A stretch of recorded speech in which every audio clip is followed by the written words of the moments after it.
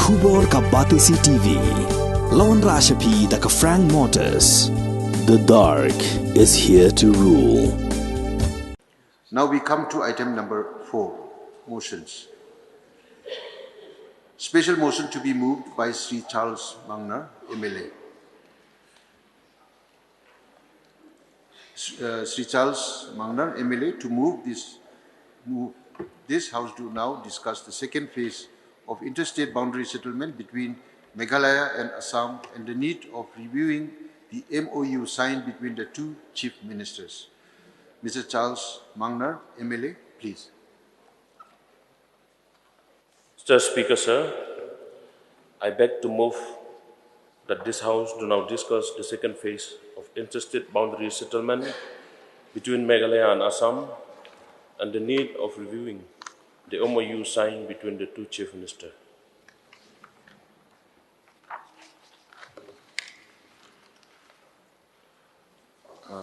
Motion now moved. You may initiate the discussion. Thank you, Mr. Speaker, sir. Thank you so much for allowing me to discuss about the second phase of interstate boundary settlement between Meghalaya and Assam and the need of reviewing of the MOU signed between the Chief Minister of Meghalaya and the Chief Minister of Assam. Mr. Speaker, sir, when we talk about the interstate boundary settlement between Meghalaya and Assam, yes, it is a long pending issue that the past government of Meghalaya had tried the level best to solve the issue. It may be noted that the state government in its letter number POL 78/2010/209, dated Shillong, the 8th August 2011, had claimed that over 2,765.14 square kilometers, approximately, of the land belonged to our state. As per the explanation given by the state government on the 8th August 2011, the border disputes between Meghalaya and Assam had taken place in the 12th sector as follows. Tarabari 4.69 square kilometer, Jizang 13.53 square kilometer, Hahim 3.51 square kilometer, Boklapura 1.57 square kilometer, Nongwa Mautamur 137.51 square kilometer, Khanapara Pelingkata 2.29 square kilometer, Desh Domaria 484.72 kilometers, Khanduli and Psiar 12.80 plus 64 square kilometers, Block 1 and Block 2 537.54 plus 1009.88 square kilometer, and Ratachera 11.20 square kilometer. As per explanation of the state government made in the year 2011, the total area of 12 disputed sectors is 2,765 square kilometers. It is, however, undeniable that more areas are being encroached. It may be mentioned that the Honorable Chief Minister of Meghalaya and the Chief Minister of Assam met on the 23rd July 2021 in Shillong, and on the 6th August 2021 in Dispur in the state of Assam. The outcome of these two meetings is that both the states signed a historic agreement for closure in 6 dispute sectors that were taken out for resolution in the first phase. That is, Number 1, Tarabari. Number 2, Zizang sector. Number 3, Hahim sector.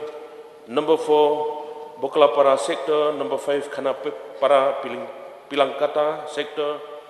And number 6, Ratachera sector. Both the state had constituted the regional committees in the 3 districts. That is, Ribhoi Regional Committee, West Khasi Hills Regional Committee, and East Jante Hills Regional Committee. After constituted, the 3 regional committees had visited the villages that falls under the 6 areas of difference to hear the voice of the residents and to verify the name of the villages, and also to verify the principal criteria for approaching the issue, which include: number 1, historical facts; number 2, ethnicity; number 3, administrative convenience; number 4, willingness of the people; and number 5, geographical continuity. After several meetings held by the regional committees, reports were made and sent to the respective states' governments. Even though I'm not a member of the regional committee, but it is disheartening to say that the government did not fully consider the resolution made by the regional committees. For example, the Ribhoi Regional Committee had submitted the report and suggest that all villages in Khanapara, Pilangkata sector and Boklapara sector falls in Meghalaya.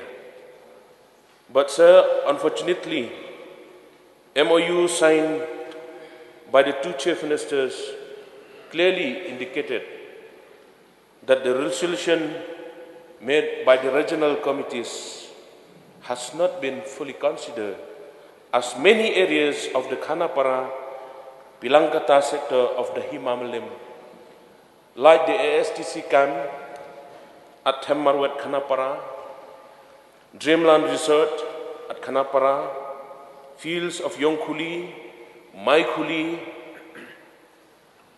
and Pilangkata, right Marwet. Plot of land at Barapathar, Fish Pond, Momari Bills at Maikuli, now falls under Assam as per MOU signed. Furthermore, it is clearly noted that the MOU has many negative impacts.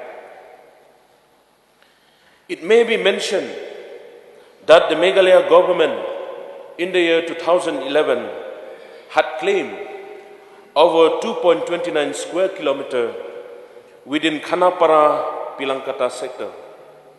But now it is left only with 0.55 square kilometers. Therefore, we lost about 1.74 square kilometers just because of the MOU.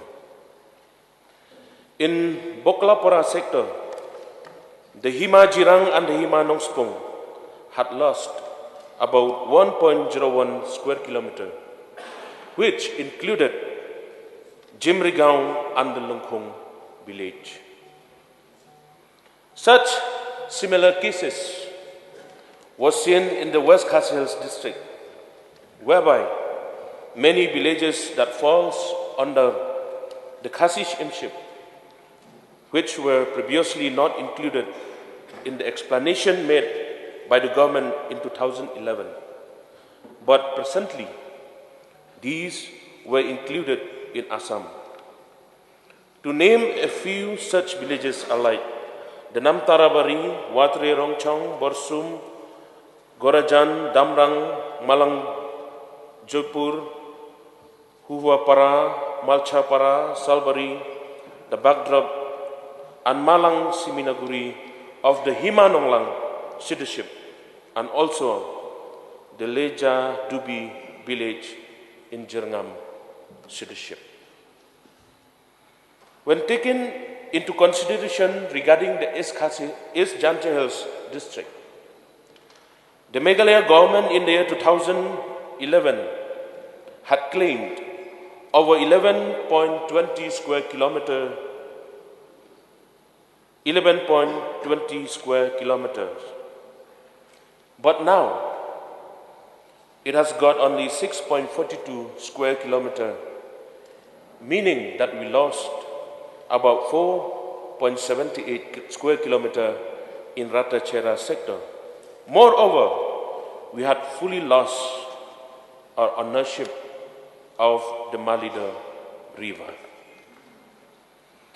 The Meghalaya government had violated the paragraph 20 of the 6th schedule of the Constitution of India, as well as the Assam Reorganization Act 1969 and the Northeast Reorganization Act 1971 in signing the MOU.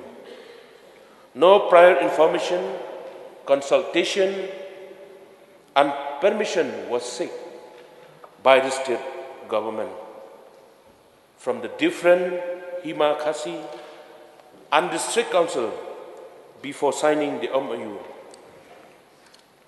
This shows that the government do not respect the traditional institutions and the stakeholders.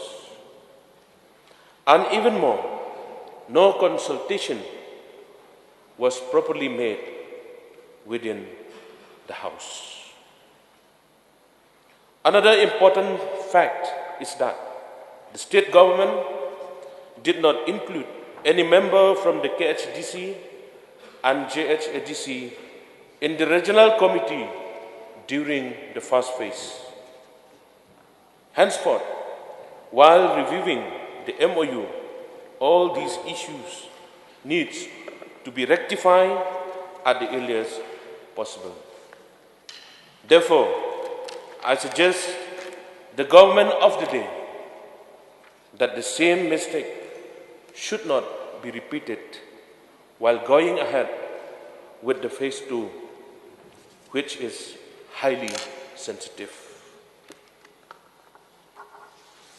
Local MLS and the local MDCs of those areas should be included as the member of the regional committees for the settlement of interstate boundary between Meghalaya and Assam.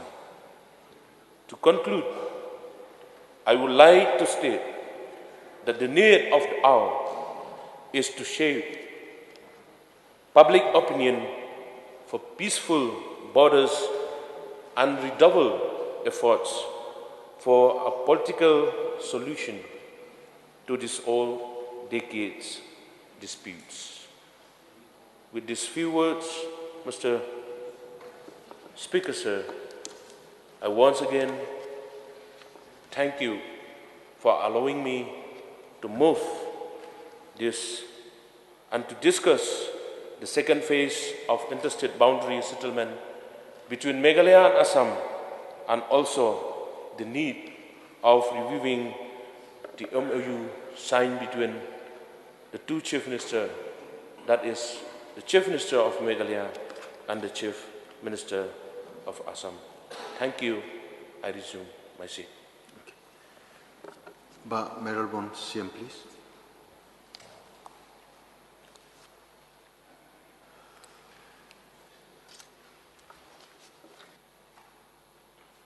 Honorable Speaker, sir, I also rise to take part in this special motion brought by Shri Charles Maranga to discuss the second phase of interstate boundary settlement between Meghalaya and Assam and the need of reviewing the MOU signed between the two chief ministers. Sir, the issue of boundary dispute has been a long pending issue that has been lingering around the state. We cannot forget the legacy of our leaders who has fought tirelessly for attaining our statehood way back in the 60s and the 70s. The slogan during that time is that we want hill state, no hill state, no rest.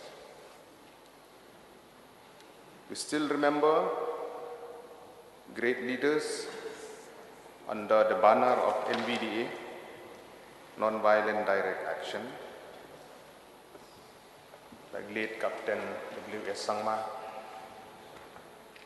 late Sri S.D. Nichols Roy, late B.B. Lingdo, Edwinson Barrett, H.S. Lingdo, P.R. Kandia, and so many great leaders who has fought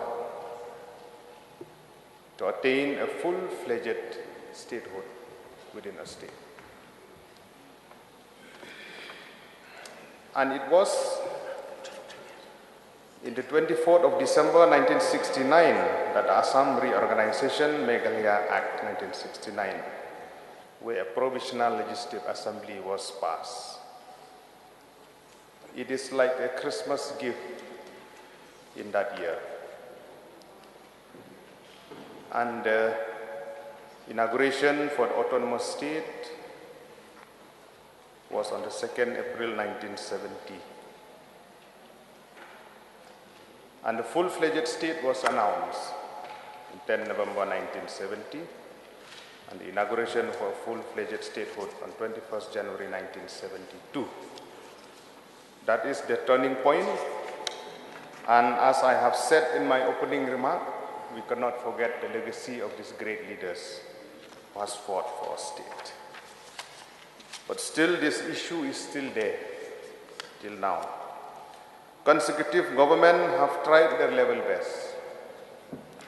But I want to place on record that it is only this government in MDA 1 that has taken a serious steps to try and resolve this issue.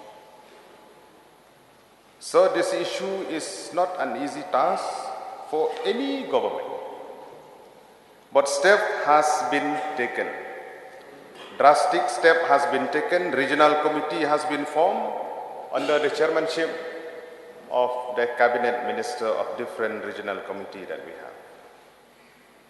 But still, claim and counterclaim between the two states, it is there. As per the survey map of 1872, 1929, and the notification of 1878, 1925, that is the stand of the government of Meghalaya. And the government of Assam, it stands as per the Chandrachud Committee. It was with regard to the issue of settle in the first phase, where 6 areas of difference has been discussed. And different regional committee has submitted their recommendation that have been duly considered by the state government. I'm not saying that it has fulfilled 100 out of 100. Statement has been made in the past on the floor of the House, be it the give and take policy, whether we are gaining some, we are losing some. But the principal stand is that we should not lose a single inch. That is a principal stand. But in due course of discussion and deliberation, push and pull, the ups and downs is always there, where successive government has to follow in due course of time. The dispute within the boundary, which has been discussed in the phase 1, there are plenty of incidents that has happened in the past, not only in the state of Meghalaya, in the state of Mizoram in the year 1994, 7 and even on 26th of July 2021. Even in the state of Nagaland also, many incidents has happened, even in the state of Arunachal also, and even in the state of Meghalaya also. Even myself and different legislators from Ribhoi, we have been witnessed by ourselves the incident that has happened in Yongpuli, which is not in the list of the area of difference. That's why I'm telling you, Mr. Deputy Speaker, sir, that the push and pull, claim, counterclaim will always be there.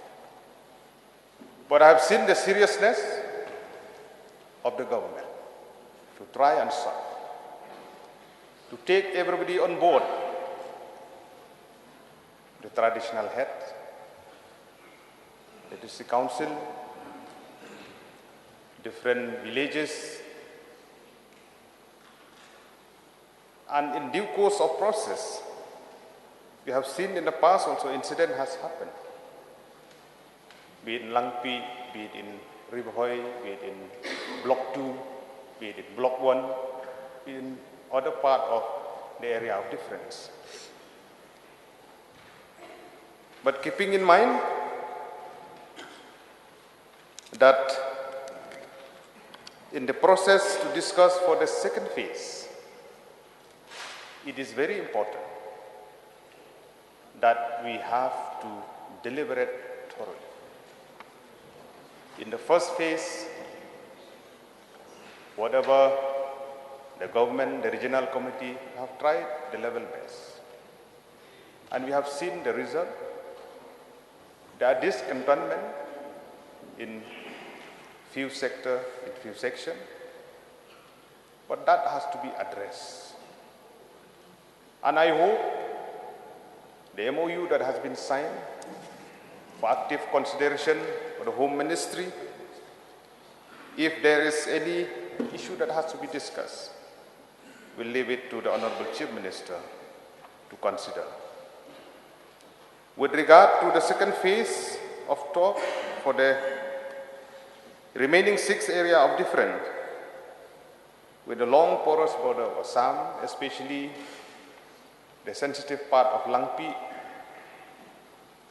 Block 1, Block 2, this Domria, and other parts, we would like to stress upon or stand is that we have to regain back, especially with special reference to Block 2 area,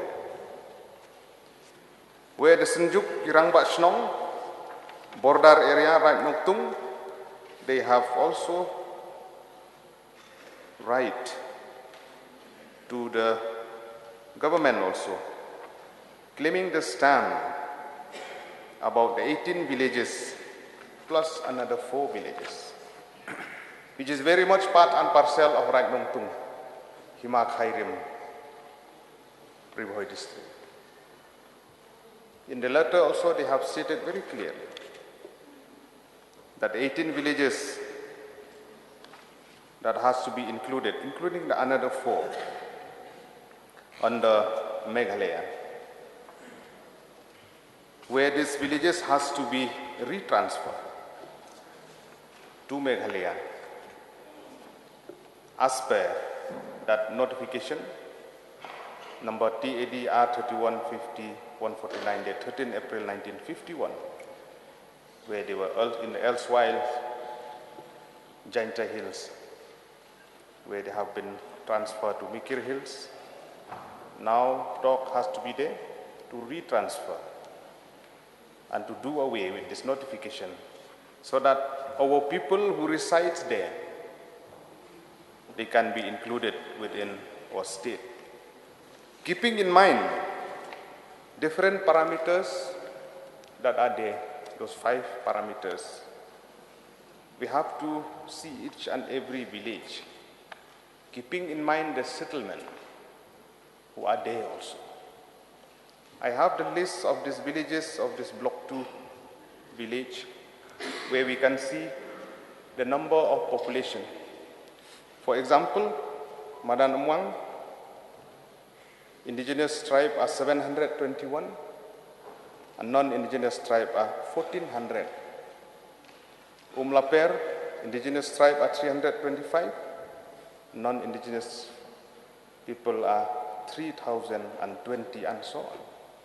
Keeping in mind different activities, different issues that are there, in the second phase, by taking everybody on board, the traditional heads, the district council, MLAs, and other stakeholders, civil society, NGO, and we hope that in days to come, in the process to discuss the boundary issue in the second phase, I hope that the manner the government has taken a serious note in the first phase that has been discussed and elaborated in the past 2 years. The seriousness that are there, we hope that under the leadership of Honorable Chief Minister or the Cabinet Minister, concerned legislator, that the second phase of talk will be there by taking everybody on board, and we hope to see that this problem, which has been lingering for so long, it will be solved once and for all. Keeping in mind and sincere request to each and every stakeholder also, civil society, the public at large, to work together, keeping aside political affiliation, keeping aside politics. This is the issue of life and death for the people of our state. Let us keep aside our personal feeling. Let us walk by the brain, not by the heart. And we would like to see in days to come, the House, we will be unanimous, as we have passed the resolution for attaining ILP on the 19th of December 2019, as we have passed the resolution for the inclusion of Khasi language and Garo language in the 8th schedule in 27 November 2018. The same spirit has to be there to work together, all the 60 legislators, all the stakeholders, so that we can carry on the legacy, the name and fame of our great leaders who have led us from the front. And we hope that in days to come, that the issue of boundary we can solve once and for all. Thank you so much, sir, for allowing me to take part in this very important special motion. Thank you. I resume my seat. Thank you. Yeah, please take your floor. Yeah, Arden Basham, you can take your floor. Sir, I also rise to support the special motion moved by Charles Mangar, MLA from Mawhati, that this House do now discuss the second phase of interstate boundary settlement between Meghalaya and Assam and the need of reviewing the MOU signed between the two chief ministers. So, after the MOU was signed between the MDA government and its counterpart, we have seen that members belonging to the ruling side were in a jubilant mood and claimed that their government is the only government that has the courage and the sincerity to solve the problem. However, sir, I am privileged to be an MLA from 2008 till 2018. So I have the experience, sir, that this is not the only government that is concerned and serious in solving the border problem. In fact, I find that the government during my time was more transparent and more careful about dealing with this issue. They have been able to take everybody on board. There was an all-party meeting, and they have done a diligent work where they have documented the claim made before the government of Assam. I have with me here, sir, the presentation on issues relating to interstate boundary with Assam before the all-party meeting dated 29 July 2015. And here it includes, there was a mention that the difference of an interstate boundary, since it was there since the creation of Meghalaya as a separate state. And difference of inter-district boundary even during British and Assam time. Mention also was made that long outstanding issue cause of immense hardship, economic dislocation and breakdown of law and order in the affected areas. And in this document, it was also highlighted about the meetings of chief ministers held on the 5th of June 2010. And in this meeting, it was agreed inter alia that Meghalaya should present documents in support of its claim. Consequently, the government of Meghalaya has prepared this document and sent to the government of Assam. And before that, the then government has issued a public notice inviting documents, consultation with district council, DCs, etc., sir. Revenue Department prepared documents justification for each sector along with maps based on the supporting documents available, having regard to constitutional provision, relevant notification and maps as well as historical, ethnic and linguistic linkages. Sir, Chief Secretary of Meghalaya handed over sector-wise document justification maps to Chief Secretary Assam to joint committee meeting held, in a joint committee, held on 9/8/2011. Chief Secretary of Assam informed DO dated 2/9/2011, examining the papers received and will take some time for completing preliminary scrutiny. Thereafter, Assam asked for topo sheet, maps and lists of villages for areas claimed by Meghalaya. And these were furnished on 17/2/2012. So, I would like to touch only those areas which, 6 differences which MOU has been signed between MDA government and the counterpart Assam. When it comes to Tarabari area, sir, here, according to the claim of Meghalaya, it was mentioned here that the area is 4.69 square kilometer. And mention also was made in this claim that this area was part of Ramrai's aimship, taken over by British and made into Nonglang Sirship, sir. Order dated 22/1879 of DC transferred the Sirship to KH, Khasi and Gentile district land revenue to be deposited in that district. Therefore, sir, according to this claim, historically it was part of Khasi state. 1876 notification corroborates this, sir.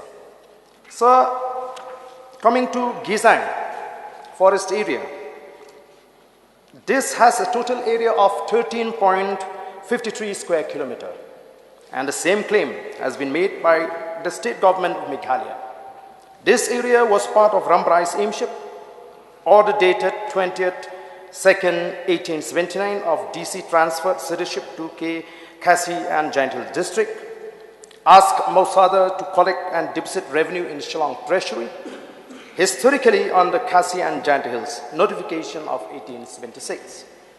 Number of villages in the area fall within 29 Mawhati District Council constituency. Map also has been supplied on this regard. Coming to the Hahim area, sir, the total area is 3.51 square kilometer. Again, historically, this area was part of Ramrai's aimship under jurisdiction of Khasi and Giant Hills District, notification number 1430 dated 14/9/1876. Chief Commissioner asked 1877 DC Khasi and Giant Hills District to collect house tax of Nonglang Eleka. Issue of interpretation on ground of notification determined boundaries of Kamrup and United Khasi and Giant Hills, Nongkrem Citizenship and Nonglang Citizenship under constituency number 11 of District Council and later part of 29 Mawhati constituency. 1961 census shows it is a part of Nongpoh police station, area inhabited largely by local tribals. Atiavari Lijadubi, part of 22nd Mawhati Assembly constituency, as per electoral roll of 1970.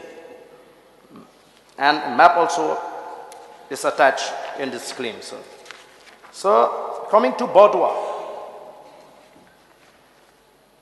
this has an area of 147.83 square kilometer.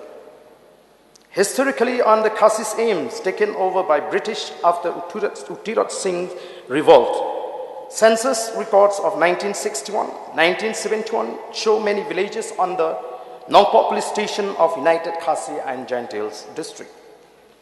Number of villages fall within constituency number 17 of Khasi and Giant Hills District Council as per 1951 delimitation, largely inhabited by local tribals. Map also has been attached in this regard, sir. So coming to Boklapara, it has an area of 1.57 square kilometer. Historically, part of Nongpoh's aimship, ordered by Secretary in Political Appeal 20 of 1938, confirmed this. 1961-1971 census report shows that this area under Nongpoh police station, largely inhabited by local tribals, part of constituency number 17 of Khasi and Giant Hills ADC as per delimitation of 1951. Part of constituency number 18 of Khasi and Giant Hills ADC as per delimitation of 1966. And part 1 of Jirang District Council constituency as per delimitation 1972. Map also was there. Kanapara Pilankata, it has an area of 2.25 square kilometer. Historically, part of Milliam's aimship, letter 1871 of DC Kamrup to DC Khasi and Giant Hills boundary as a quest of expediency and Mahal rights remain with its aim of Milliam. Further confirmed by letter of Deputy Superintendent Revenue Survey dated 5/12/1871 to DC's aims right not affected. Census record of 1961 and 1971 show number of villages on the Nongpoh police station of United Khasi and Giant Hills District, part of constituency number 17 Khasi and Giant JHADC as per delimitation of 1951, part of constituency number 18 of KHADC as per delimitation of 1966, part of 1 Jirang District Council constituency as per delimitation of 1972. Sir, this exercise, I can say, was done diligently. So to claim that MDA government is the only government that has done a marvelous work as far as the settlement of boundary issue, sir, I think it is not fair at all, sir. We must also give a credit to the previous government who have diligently compiled this document and placed before the Assam government. I don't know, though the present government, the MDA government, we know has constituted regional committees to go into the detail of settling the boundary in these 6 areas, sir. But I don't know how many of you who claim, who praise your leadership, have ever seen or even read the report of the regional committees. As far as my information goes, sir, most of the recommendations of the regional committees have not been considered. And I don't know whether this is going to be a legal document or not, sir, because the government is guided by a rule. And there is a law, Government of Meghalaya, Law A Department, Cabinet Affairs Department, Rules of Executive Business of the Government of the State of Meghalaya. And if we go according to the rule, so in para 11 and 12, here it is mentioned that orders or instruments made or executed by on behalf of the government of the state of Meghalaya shall be expressed to be made or executed in the name of the governor. Orders or instruments of the government of the state shall be expressed to be made in the name of the governor and shall be signed either by the chief secretary, a principal secretary, commissioner and secretary, a secretary and an additional secretary, a joint secretary, a deputy secretary, an under secretary, or such other officer as may be authorized by the government, and such signature shall be deemed to be the proper authorization of such order or instrument. I think this instrument that is written here may also be called a kind of a memorandum of understanding that the two governments have entered upon. In this memorandum of understanding, we see that it is the Chief Minister of Assam and the Chief Minister of Meghalaya who are the signatory on this MOU. So I don't know, sir, I leave to the wisdom of the government whether this MOU will stand in the court of law. Sir, and we used to hear a phrase, and that is exactly from our Honorable Deputy Chief Minister, that the government, the state government, will adopt a give and take policy. So here I've already read out, sir, the area claimed by the state government. And what happened in these 6 areas of differences? I don't see that there is, apply a give and take policy, a phrase which was popularly used by members of the Treasury bench. Sir, in Gizang area, the total area is 13.53 square kilometer, and it goes 10.63 square kilometer to Assam. And Meghalaya is being able to retain with the rest of that area, sir. Sir, Buklapara, out of 1.57 square kilometer, again 1.01 square kilometer gone to Assam. Kanapara Pilankata area with 2.29 square kilometer, 1.7 square kilometer again has gone to Assam. Southeastern portion of the boundary, Ratashera, out of 11.20 square kilometer, the Assam managed to get 4.78 square kilometer. So if we plus all the areas being given to Assam under this MOU, it comes to 18.19 square kilometers something, sir. And we are left with 18.6 square kilometer. So in this situation, where do we stand to gain? As the Honorable Chief Minister has claimed that this deal, that the state government, the Meghalaya as a state, has gained from this MOU, sir. So, sir, I feel that it was not done in a proper way, in a transparent manner. The government did not bother to take everyone on board. They left the traditional heads. They don't involve the district council, and they don't even care about the people living in the border areas.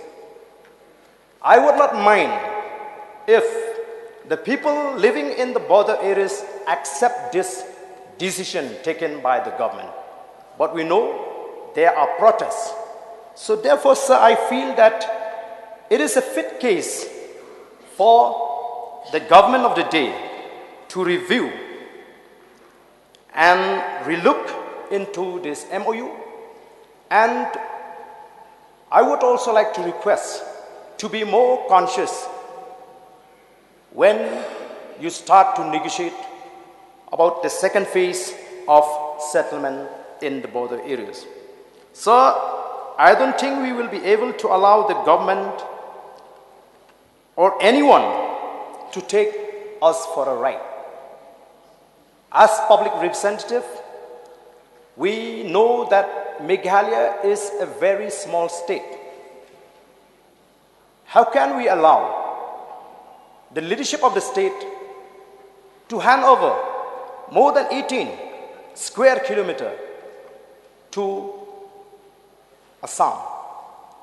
Which is why, sir, yesterday when I participate in the debate on the governor's address, I had made a mention that anything which is done in haste will always end up in waste. So I think we are in the losing side as a state of Meghalaya. On what ground can we claim that this MOU has gained us? This MOU has managed to gain the state of Meghalaya. So therefore, sir, I strongly support the mover of this special motion, and I earnestly request the Chief Minister, the government, we will work together, but please take us also into confidence. It doesn't mean that because some government in the past have failed to address this problem, that you will have the right to decide without the people's support, without the consideration of the people, especially living in the border areas. So with these few words, sir, I resume my seat.